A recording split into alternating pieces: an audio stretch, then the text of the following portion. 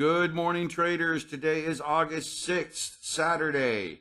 I'm doing my update for Sunday because I have plans with the family and I want to go through everything to let you know what's going on.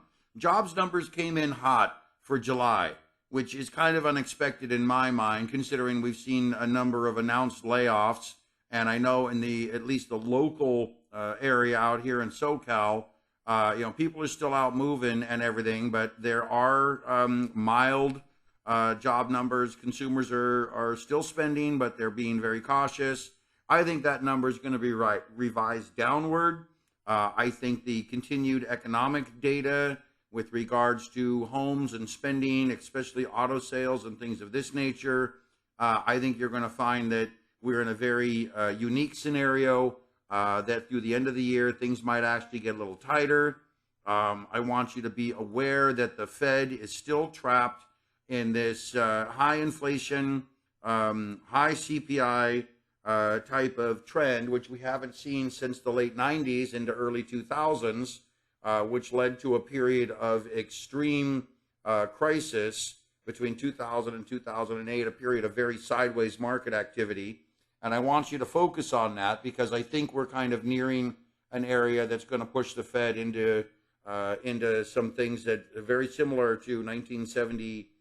7 through like 1990, in the sense that we could see some areas where the U.S. market may continue to rally as a safe haven for foreign assets, and then eventually transition into a period of maybe 15 to 20 years of very sideways activity. So let's go ahead and go forward with our analysis right now. Nothing is changing related to our equities holdings. We're still moderately cautious, watching this bullish trend take place, this light bullish trend. Remember, we're still in a downtrend. In my opinion, this is a pullback of a bearish trend. Metals are starting to move higher. Bonds are holding their own. We're still holding almost half of our position cash, and we only have a very small amount into stock trades right now.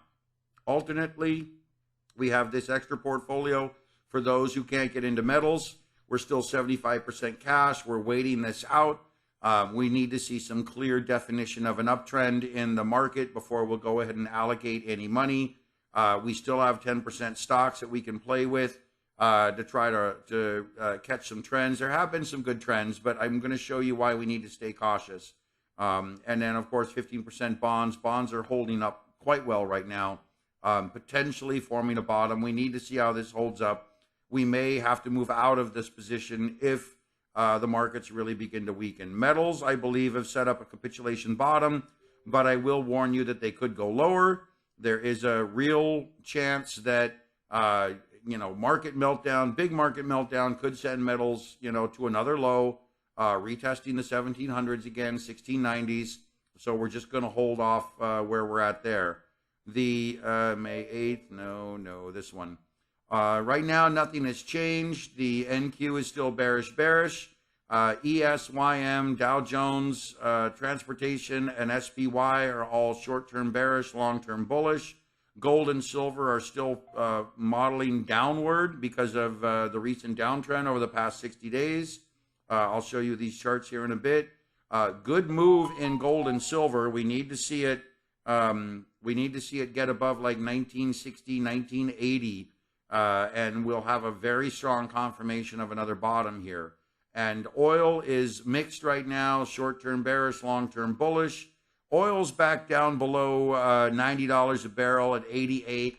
I really think we're going to see that $83, $84 barrel of oil here pretty quickly. I think there's some real unwinding in the oil market going on right now. Although we are seeing some uptick in IYC, which is consumer sentiment, but I still think that we're seeing consumers really recoil off of inflation. So understand that a little uptick in a downtrend happens. It's not, it does not start a new trend yet. We have no confirmation of a real uptrend yet. Now we will come over here to the custom indexes. We're going to start with the volume ratio index. We had this big buying wave come in here in May, and then we had another one here in June, July. Now we're into early August, and you can see the buying volume here is flat. we're back into this flat area. If we do not see a lot of capitulation buying in this next trend back to the upside, we're going to be looking at a fairly solid meltdown in this little bounce in the market over the next week or two. And as I stated, if the U.S. economy stays strong and keeps pushing out strong numbers with high CPI and inflation numbers, the Fed will likely have to raise rates up into the 5.5, 6.5, maybe 7.5 to 9.5 range to really stomp down inflation. And I want you to be aware of, many of you, if you were born in the 80s or the 90s or the 2000s, or even if you were born in the 70s, you have very little recollection of living through the 1970s and 80s style inflation and high interest rates, where interest rates were 18, 19, 20% for homes. And that's where we could go if the Fed is pushed to try to move rates higher. My assumption is the 2.5% rate where we're at right now, roughly, will likely have to double to maybe 4.5 to 5.5% before the Fed is going to make any initial dent in inflation and the hyperactivity of inflation. It may have to be up in a more 6.5% rate. And remember, this is an Alan Greenspan style rate. 5.5 to 6.5% Fed funds rate puts home mortgages at 7.5, 8.5% or higher. That puts a real dent in the real market overall. So we need to see how things are going. We need to see what the Fed is doing. And we need to watch foreign markets for signs of contagion or collapse. This is what I've been telling you for many, many weeks. It's the strong U.S. dollar, strong U.S. economy is the foundation of a mature economy where we have taken steps to protect banks and protect financial assets and consumers from some crisis events. But foreign market contagion could lead to some sort of an external crisis event that plays out into disrupting U.S. Assets and U.S. valuations as well. So we're not totally immune.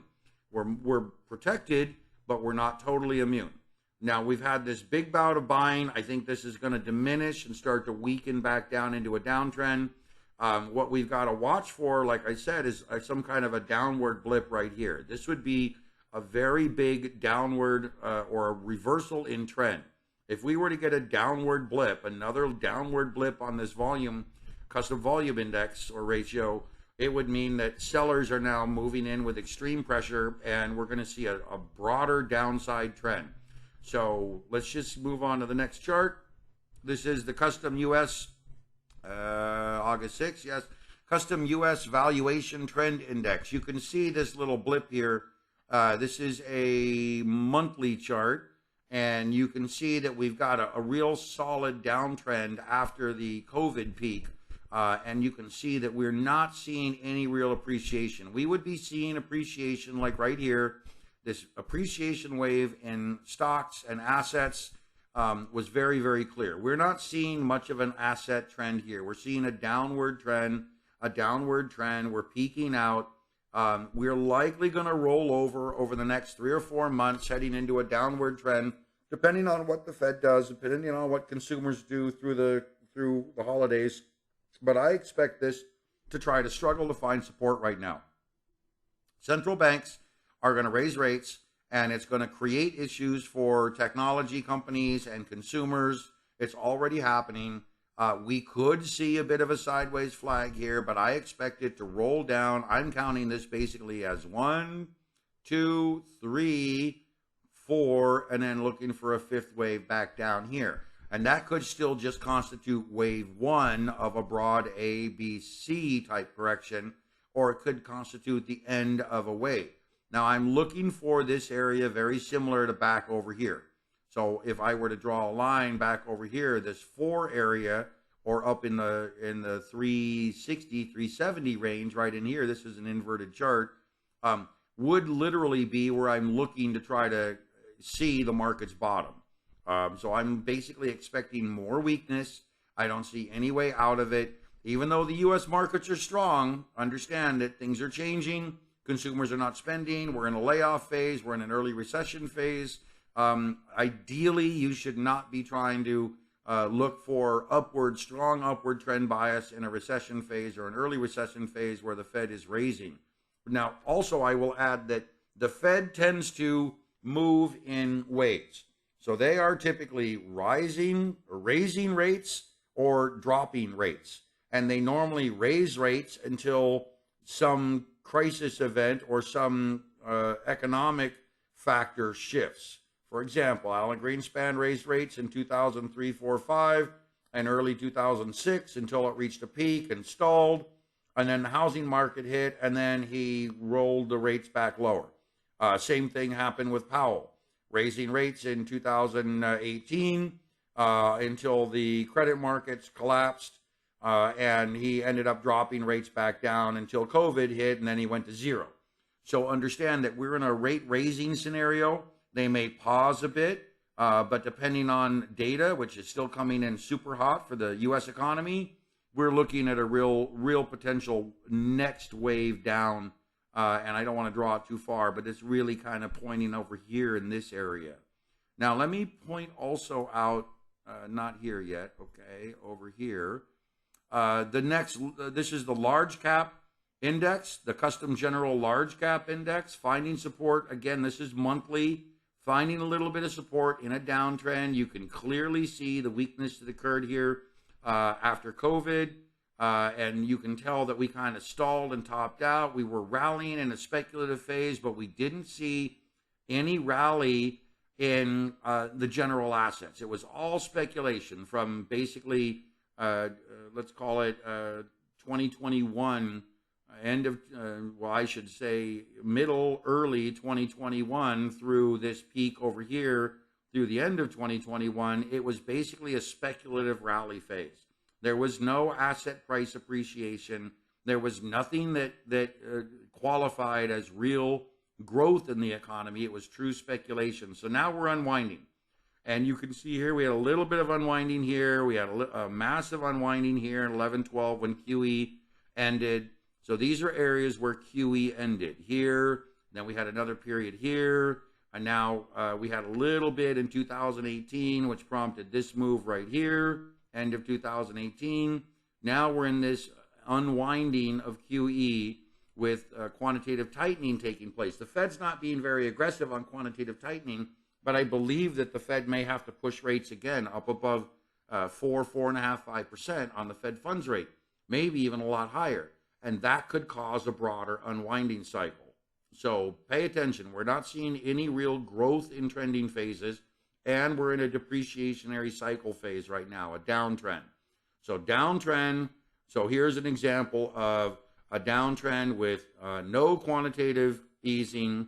Here's an example of a downtrend with quantitative easing, a downtrend with quantitative easing, a downtrend with no quantitative easing, a downtrend with quantitative easing, where eventually in 2018, here the easing ended and moved into tightening, which caused this drop.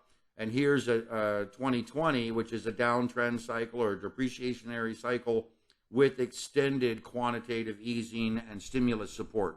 So you can see how it creates this little false rally phase. It's almost like throwing a bunch of ether or quick start high octane fuel into an engine. Man, it runs beautifully. It's almost like nothing goes wrong until it blows a piston or a valve or something. And that's kind of where we're at right over here. The Fed's printed way too much money, and now they've got to deal with the fact that the global banks have been trying to get inflation to move above a lower target for so long, and now it's well above that target, and now they have to move to aggressive levels to tighten it to bring it back into inflation. So we could see a real extended unwinding phase here. We haven't seen anything like this, honestly, since really the call it 75 through 85, 90. That would be the time frame of, I would explain to you, we've had a big bubble phase, almost like the dot-com bubble, and now in theory the CPI and inflation numbers are acting like 75, 77, 79, 81, 82, but the monetary cycle is acting very different. It's acting almost like a blend between 79 through 85. years, as well as the potential for a dot-com speculative bubble burst. So it's almost like a blended 79 through 85 peak with a blended 98 through 2002 bubble burst for technology firms. So we'll see how it plays out. Right now, the Fed, like I said, I believe the Fed is trapped. I believe the Fed must move rates likely up above 4.5%, maybe 5.5%, and then we'll see how we'll see what the markets look like then. Okay, the new TT scanner image, we'll get to this in a bit. TT scanner's got very few longs. So you can see here, this is a weekly chart. We've got very few longs. We've got a number of shorts here, which normally in an upward trend, a real asset appreciation trend, we will see a number of real long trades setting up here. You can see we've got one bullish signal way down here, which is the utility sector, XLU, that is currently flat. Otherwise, we've got a bunch of shorts, a bunch of bearish distribution, accumulation, bearish, bearish, bearish, bearish, bearish. So we're not seeing any real accumulation in this trend.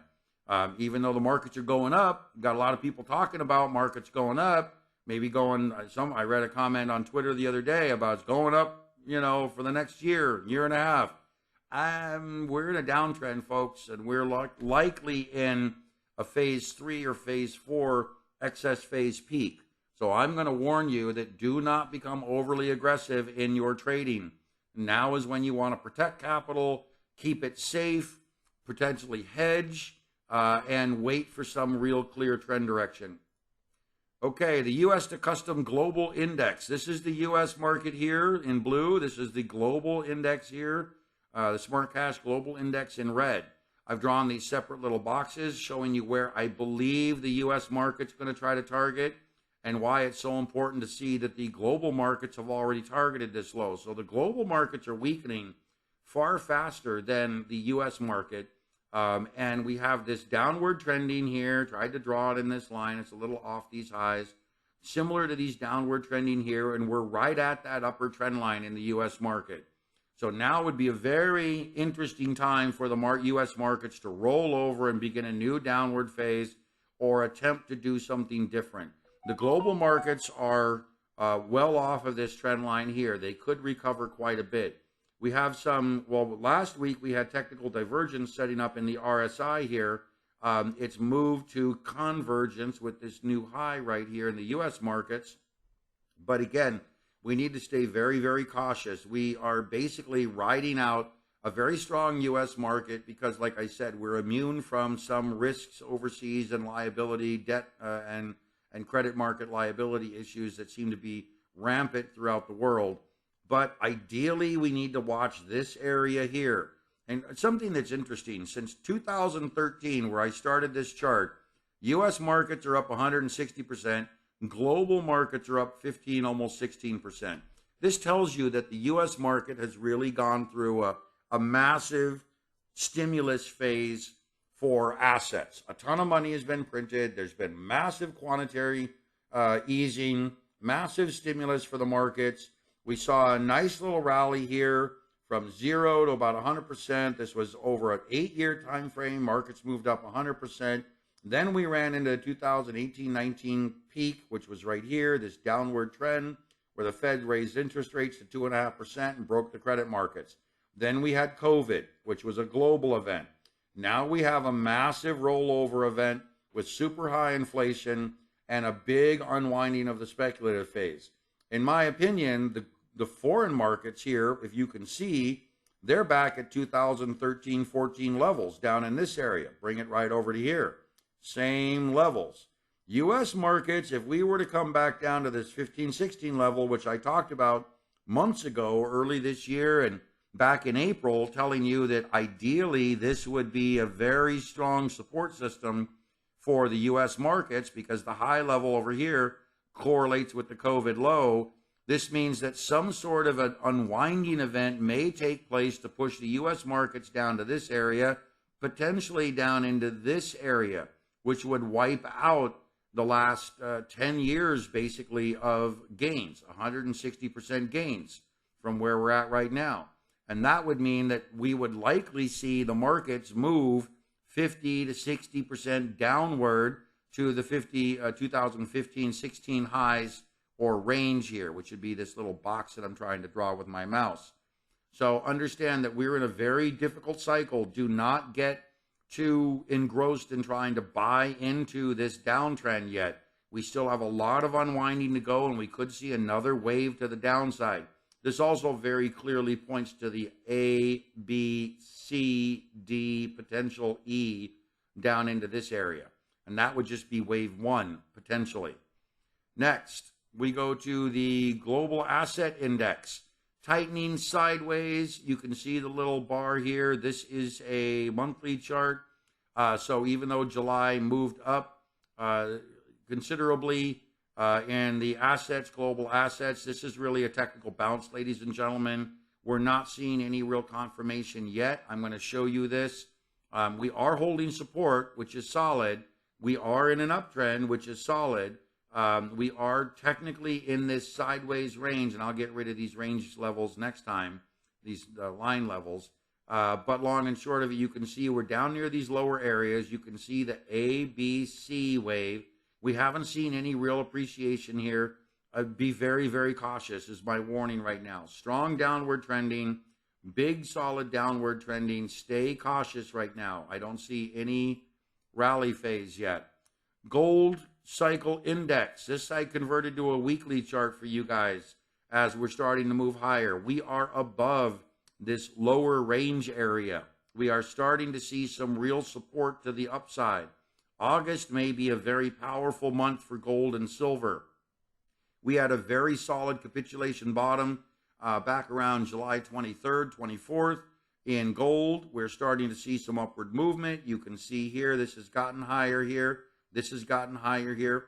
If we see some follow through to the upside, again, above 1960, 1970 in gold, we are going to see the potential for a very big upward move in gold and silver just starting out right now. And if you really want to have some fun, watch the video I have on YouTube that highlights gold and silver setting up very similar to 2002, 2003 with regards to inflation and CPI and the US dollar. And then just stop and think for a moment what happened after 2003 up until 2011 for gold. Maybe I'll show that to you on a chart here in a bit. But if you remember, gold rallied over 500% from 2003 to 2011. And we're very early in a very similar setup right now. If I were to tell you where I think we are as a similar or familiar, I would say that we're about 2002, 2003 in gold as a very similar economic setup. Next, we have the U.S. real estate market conditions. You can see that the reduction count has come down. This is telling you that house prices are not reducing to the same level, meaning the numbers of them are not reducing. They're actually decreasing a bit. Inventory is starting to continue to climb. That's the active listing count right there. Prices are weakening year over year. I expect to see this trend downward, possibly back down below zero at some point. This is the reduced shares here are climbing in the light blue. Days on market in gray is now positive, just like I told you it would happen many, many weeks ago. Days on market turning positive means homes are just not selling, ladies and gentlemen. They're not selling at the same level that they were back over here with minus 20 and down here minus 30 days on the market, meaning that they would come on the market and they would sell instantly. Now it's taking basically, days, they're on the market 40, 50, 60 days, because in order to offset this minus 30, minus 50 down here days, you have to now be 50, 40, 50, 60 days on the market without actually having any activity or sales in order for this to go from this level to this positive level. That's how averages work. So understand the housing market is shifting. The next phase here will be probably the Fed will raise rates again, probably 0.5% to 0.75%. You're going to see further reductions. You're going to see more homes coming into inventory through the end of the year with foreclosures, and you're going to see prices really start to tank. I'm expecting prices to go maybe stay positive by the end of the year. But overall, I think prices are going to fall down into a negative year-over-year pricing because we've seen such high price activity here from COVID. When you go from hypothetically July, August, September of 2020 to July, August, September of 2021, you've seen a nice little rally, meaning they've stayed elevated. Now we're into July, August, September 2022. They've stayed elevated. We have 3 years of extreme price appreciation, preceded by 3 to 5 years of moderate price appreciation. In my opinion, once this whole thing starts to unwind and the Fed raises rates to where they need to, which may be 5.5%, 6.5%, 7.5% to really kind of thwart inflation, you're going to see the housing market look a lot different. Because when house prices are elevated to the level that they are and interest rates are up around 9, 10, 11, 12%, you're going to see houses that were selling at 800,000, 900,000, they're going to be down in the maybe 450, maybe 350 range, simply because this is all easy. This is all an easy money trap. Money was so cheap for so long. And the market had been stimulated to stay running that it became an easy money trap. And all these people that bought in from COVID all the way through this time frame, they figured, well, look at this, what can go wrong? And they saw a 10 or 20 or 30% price appreciation. Well, now they're going to be looking at potentially watching that $900,000 house go back down to 450, maybe 5, maybe 350, because as Fed raises interest rates, the cost of borrowing becomes so much more expensive that this bubble, almost like the tulip bubble or the South Sea Trading Company bubble, is just a once-in-a-lifetime bubble. And this is the unwinding of the bubble here. This is actually the bubble itself. So here we have COVID, this big downward trend. This is the bubble. Once the unwinding happens, everything moves up, prices move down, demand for homes weaken, and that's where we're headed, in my opinion. Fed rates of probably 5.5 to 7.5% by middle of next year. Okay, Consumer Engagement Index. Consumer engagement started to ramp back up last week. This is basically showing consumers trying to become optimistic. You can see we're in a downtrend. You can see we've unwinded. You can see we're back to 2011 levels. Again, I've already warned you. I don't think I think this is just a bounce, ladies and gentlemen. I don't see that consumers are really going to become overly zealous with what's going to happen over the next 6 to 12 months. And I believe that you are better and more effectively hedged, staying safe right now and hedging your investments. Let this ride out. The last time we saw something like this, literally was, like I said, 1977 to 1985. Super high inflation, huge CPI numbers. I want you, if you can, go back and try to remember what it was like back then. People were still able to survive, but we did it by watching our P's and Q's and not spending aggressively. And eventually, if you remember, home prices were moderately contained. They had rallied up in the 60s and the 70s, and then in the 80s through roughly 94, everything, almost 15 years, everything stayed relatively flat. Okay, next we have the Technology Ratio Index. You can see the FANGs index in technology is really flattening out. And again, this goes back to 2015-16 levels back over here. We may see technology try to hold its own, but I think we're going to see some unwinding of further subscription services and a real big technology burst. So understand that we're dealing with kind of like another technology, a .com type bubble. Everybody that was operating on zero income or negative income and was living through the high life with venture capital and super skyrocketing evaluations for their stock, it's all unwinding. And right now we're kind of looking at, is the Fed going to pivot? Is the party going to continue? Or are we going to start to see some real valuation changes? And if we start to see some real valuation changes, meaning real mark-to-market valuation with a rising Fed rate, and more quantitative tightening, then we're going to see this unwind even further. Okay, next we have, all right, well, that's an old chart. We might get to that in a minute. Let me come back over here to the FANGs index. And we're going to show you here the FANGs index bounced back up to the 50% level, back where it was before. This is a beautiful double topping formation with more than enough time. Almost, this is monthly. No, this is weekly.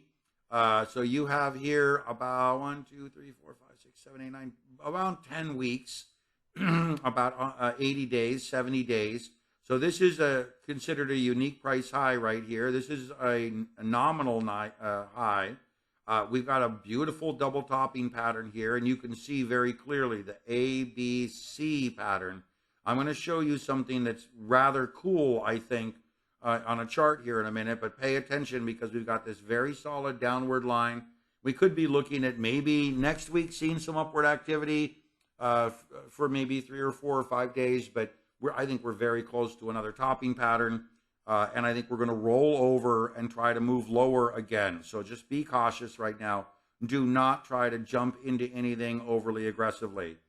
The U.S. stock market index here, I've kind of let these lines perpetuate because I wanted to show you that we were looking for weakness overall. We've got the same type of a pattern, double topping pattern here. You can see we've got a little bit of a rebound here between this peak and this peak.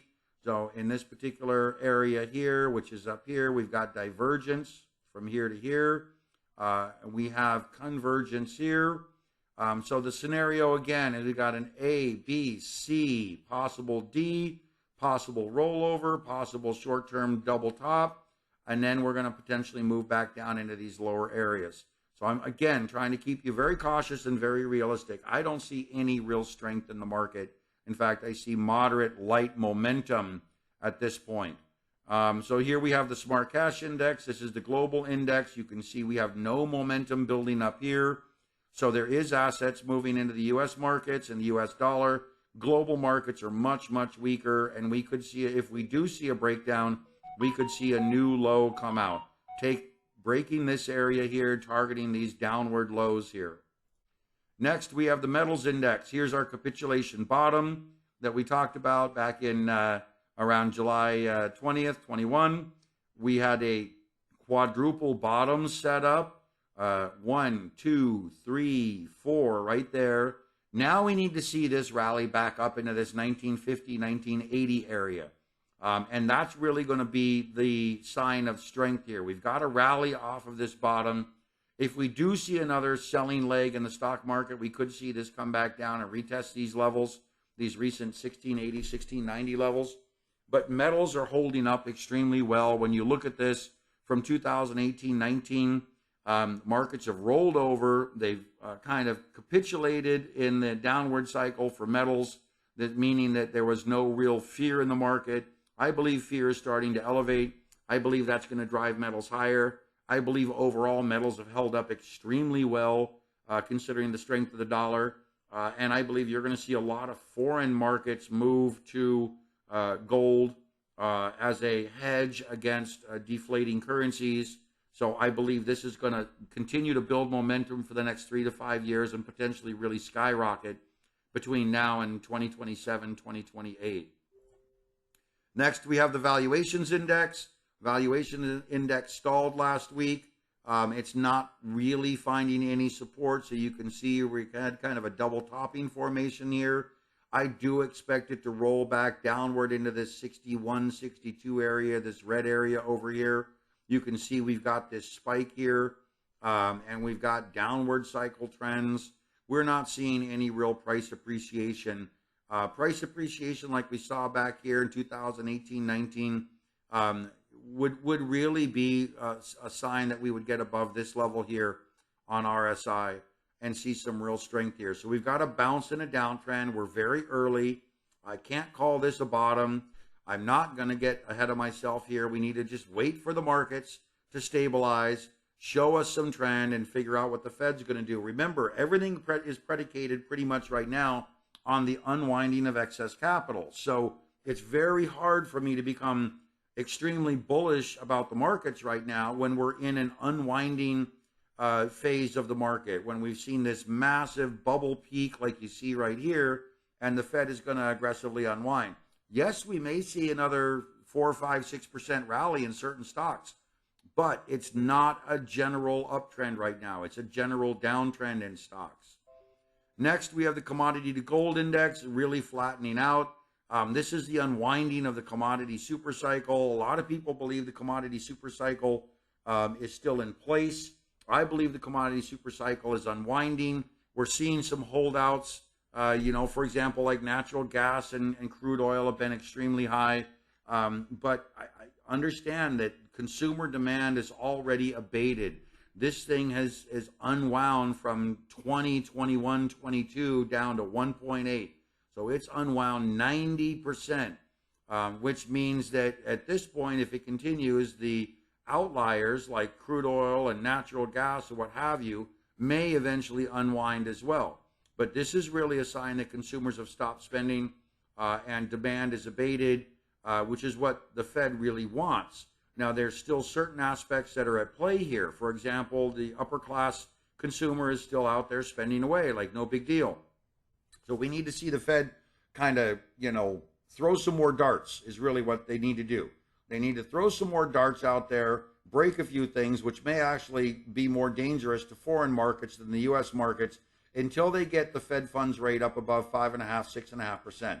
Then it starts to affect the U.S. market, in my opinion.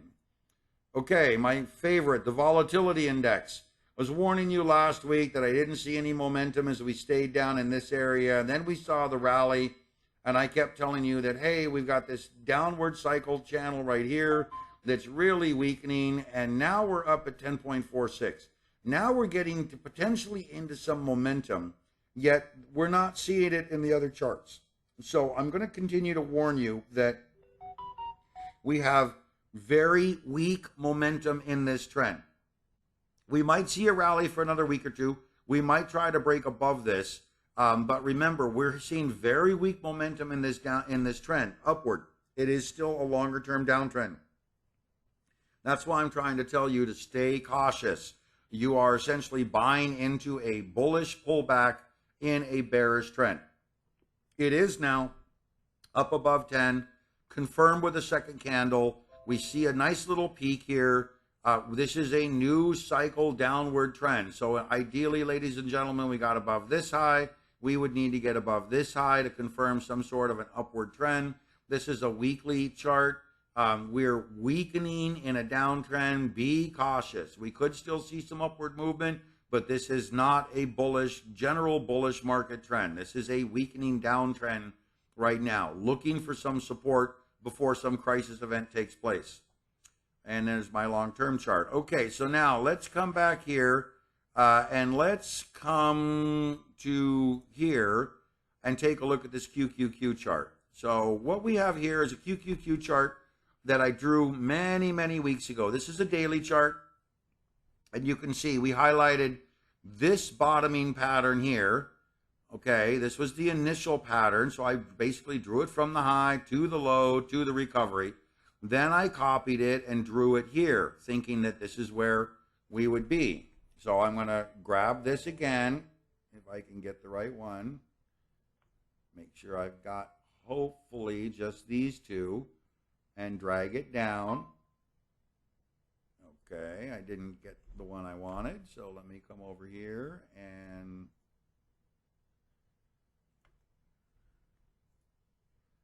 there we go, I think. Nope. Okay, so I may have to do this one at a time, but so we're going to drag this down to about here. And we're going to drag this down to about here. And generally, there's our next phase right there. Then we would simply have this, which is a duplicate of this phase, from about here to about here to about here. And this is something that I want you to be aware of. and how this cycle phase works. So understand that the reality of this cycle phase is that if I were to draw this area from roughly here all the way down to this low and then back up to there, yep, looks like I missed it. Let me try it again.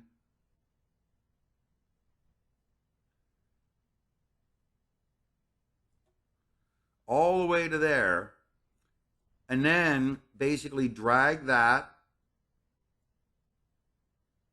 down to here.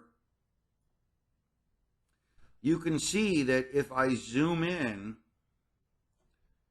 to the current price action, which is right here, and draw a line across this peak here, we're right there. It's actually this line right here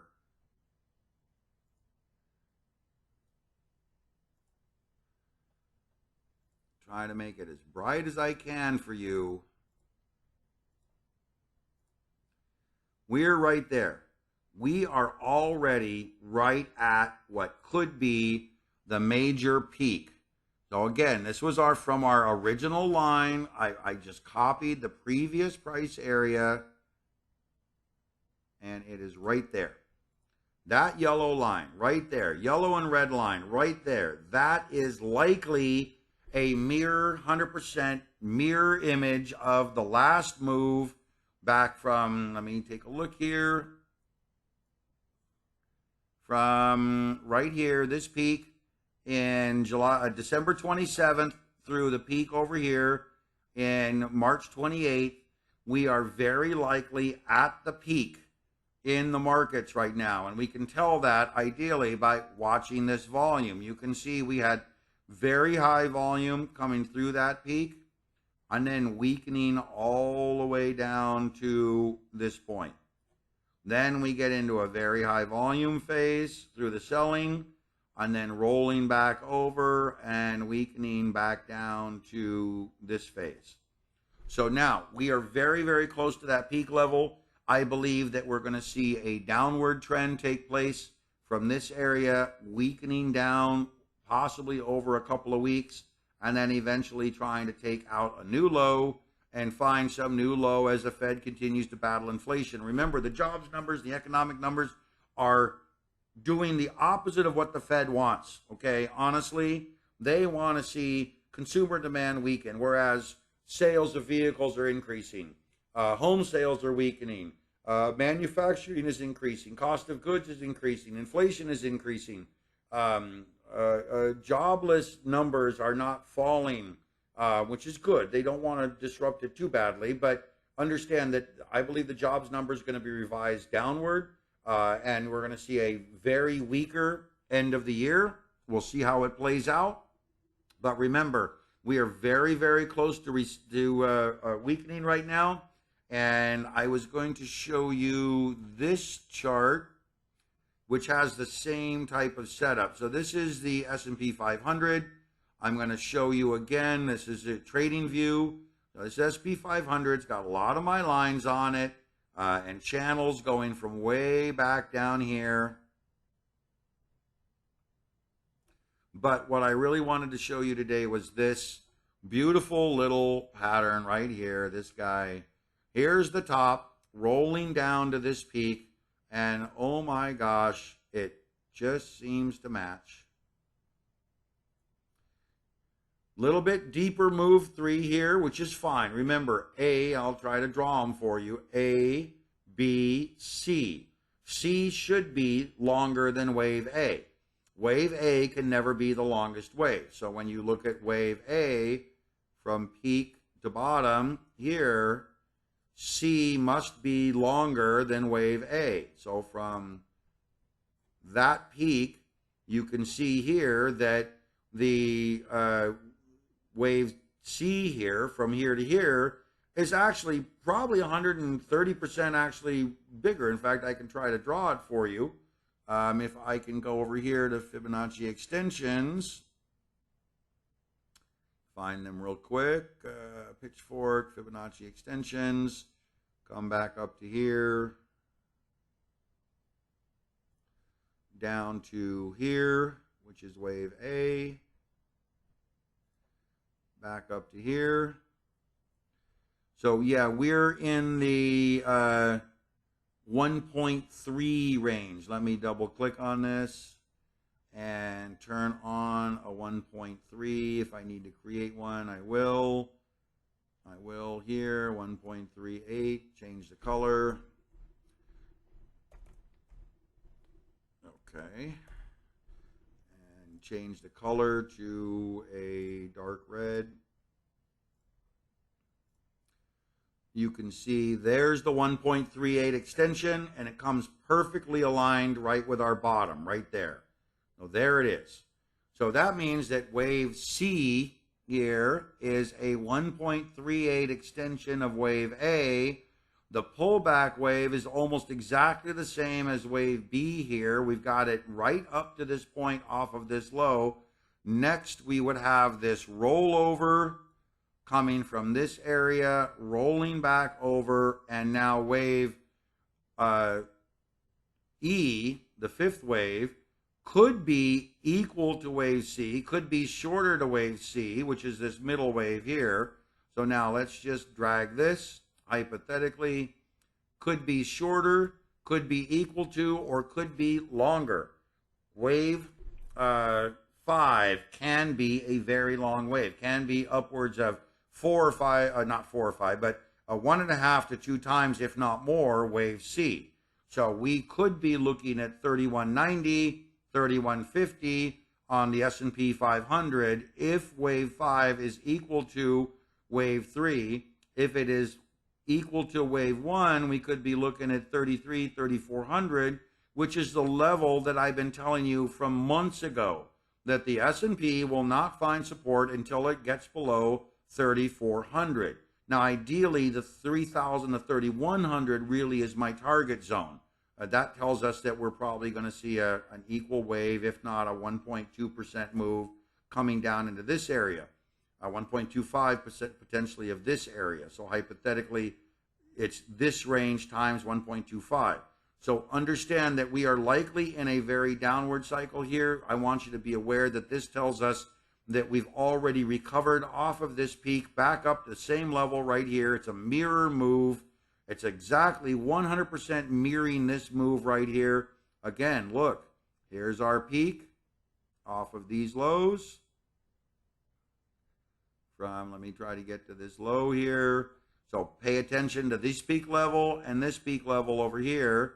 It's mirrored, and now we come down here to this level, and look, it's a longer wave. We expect that, but it's recovered and stalled in the exact same recovery zone.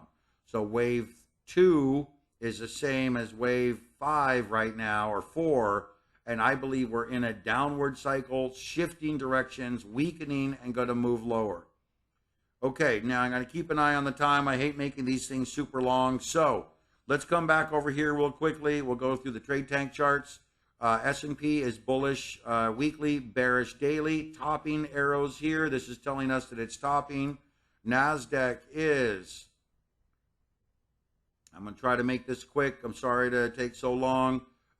Bearish weekly, bearish daily, topping arrows again. That's warning us that trend is extended and potentially reversing. Dow Jones, YM, is bullish weekly, bearish daily, topping arrows and rolling over. So get ready. Could be a very big breakdown next week. The Transportation Index, IYT, is bullish weekly, bearish daily, no topping indicators. This rally in the Transportation Index is basically a Fed expectation. People expect the Fed to pivot. I'm warning you right now, the Fed cannot pivot. They are trapped, and they need to keep aggressively raising rates. Financial sector is bullish weekly, bearish daily. Financial sector could come under extreme pressure if we see a huge wave of foreclosures and defaults, another global type of credit crisis. SPY, I think we've covered it already, is holding up near the support level, bullish weekly, bearish daily, no little topping triggers. Remember, we're near this support level that I picked out. The next wave down is going to be down around this 32 or 320 to 300 level, which would be right below the COVID highs. This is the next support level on the wave down. It could go even longer down to this 270 to 280 area.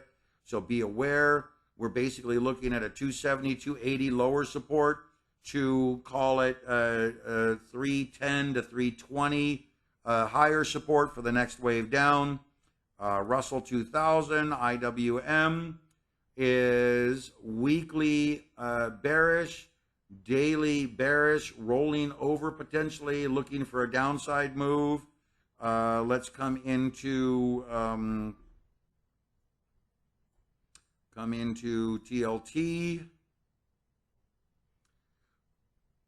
Weekly bearish, daily bearish. Remember, we moved a little bit into this looking for a bottom in this area, and this chart is going to zero for some reason up here, but we're looking for a bottom type of a setup right here. We need to see support carry forward, to see the Fed raise interest rates to try to burst this bubble. Let's take a look here at real estate. I believe this is real estate. Yep. Real estate still going to zero, so I'm going to have to figure out why it's going to zero. Real estate is weakening. This is the line I drew, you can tell, many, many weeks ago. But you can see here this consolidation and this rollover. Here comes the next phase, ladies and gentlemen. We're really at the end of this little upward phase, I believe. We're going to see some weakness, possibly a war in Taiwan. Thanks, Pelosi. Possibly some global uncertainty.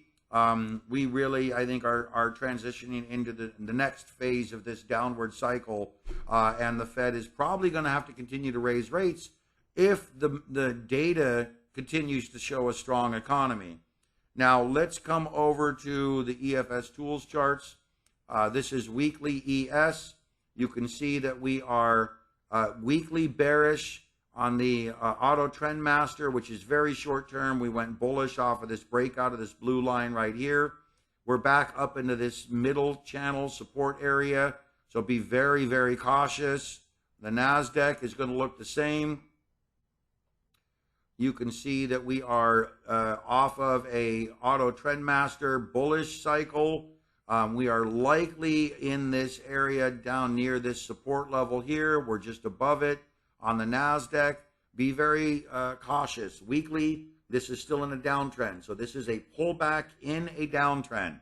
Nothing you want to get married to right now for a long-term bullish position. Same thing here. We are in a pullback, bullish pullback in a bearish downtrend. We are down near these lows. This is the YM. The support levels back over here. And we are in a downtrend overall. Crude oil. 88.53, I should have shown this earlier. We have gone into neutral, breaking down. Auto Trend Master has been bearish since right over here with no new bullish triggers. So we had this bearish back in March 28, 2022. So right now we are bearish. We're in a downtrend. We've exited green trending, which is bullish market breadth. We've gone into neutral trending, and again, my target right now is in this lower $81 to $83 area. We need to see oil try to hold up here. Otherwise, we're going to go down into this $60, $65, $66 area, which is really going to be disheartening. I mean, this is going to be a 50% decrease in oil. Going to be better at the pump for a lot of people, but it's going to show that the oil is a great measure of economic activity and what consumers believe or traders believe is going to come. So now, bear in mind, oil could have a very sharp change in direction if some sort of a global conflict takes place. If any of you are familiar with massive global conflict like the Kuwaiti War or the war in Iraq, when wars take place, watch oil and gold and the stock market. Okay, that's the first thing you need to start watching. Oil, gold, and the stock market, and the dollar, obviously, currencies. Wars typically disrupt the markets and change expectations with regards to supply, consumer demand, and generally what happens in the global economy. Okay, do I need to look at anything else? Let's look at gold. Remember, this is weekly, so this is longer term. Gold is bottoming down here. We have no new auto trendmaster triggers. We are technically bearish. I do love this bottom simply because of this massive triple bottoming, quadruple bottoming formation right through this area. But I am a big gold believer. I am holding it long term. I have physical and I have stocks, paper. I do believe gold is going to rally considerably. And when I say considerably, I mean, I could talk to you about targets about why $10,000, $11,000, $12,000 gold is not unreasonable. But initially, I'm thinking the $2,300 to $2,400 level, then the $3,750 level, then the $4,845 $45 level, meaning 4,500. It's going to go in waves, folks, and it's going to continue to climb, in my opinion, through 2027 to 2028 or longer with an exhaustion phase. Silver, boy, what a wild market we had in silver. You can see this big rally phase here, this exhaustion phase, this blowout phase, rebounded off of this lower support channel here. And ladies and gentlemen, we are about to see something happen in silver, which all I can explain to you is it's very similar to this COVID low right here. We've seen this exhaustion phase, this capitulation bottom. We're now starting to move back up. You can see here in silver, this is weekly. It took 1, 2, 3, 4, 5, 6, 7, 8, 9, 10, roughly 10, 11, 12 weeks to get back up to the previous highs. We're only 2 or 3 weeks into it here. So we've got about a month, month and a half to be hopefully up above 25, maybe 26. And then we'll start to see some real potential appreciation. Okay. And I think I'm going to leave it there, other than trying to come back to this, which is critically important right now. The S&P right now is trading. In fact, let me come over here and come to this chart and come to the S&P. The S&P is trading at 413 SPY. This is a chart very similar to what I have drawn. Let me see if I still have the levels here. Yeah, it looks like they're here. So here's the lines that I drew. This blue line right here. This is the line that I drew from this peak all the way down, where I expected to go, how far I expected it to come up, and where the next potential bottom is, around 317, roughly 318. Very similar to this chart back right over here. Oops.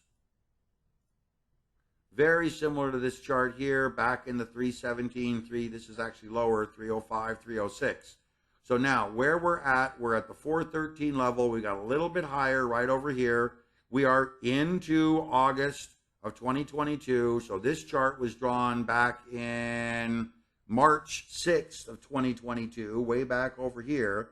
And this is what I expected to see happen. And we have seen this move come down to this level, roughly 360, come back up to around 390, 395. We actually are at 413. And the next wave is going to be a breakdown, potentially down into this 300, 310 area.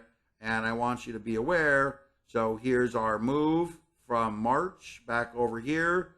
We had it coming down to around 360, stalling, coming back up to around 390, topping. We're at 409, 410, 412. Now we see the next move back down into this 310 area.